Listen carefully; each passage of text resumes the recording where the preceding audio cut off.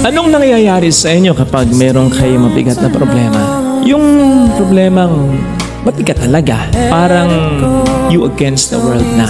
Mas lumalapit po ba tayo sa Diyos o lumalayo tayo sa Kanya? Mas kumakapit ba tayo sa Kanya o mas nawawalan tayo ng pag-asa?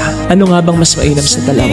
Isa kasi sa mga natural o palasak na reaksyon ng tao kapag nagkakaroon ng matinding problema yung lumayo sa Diyos.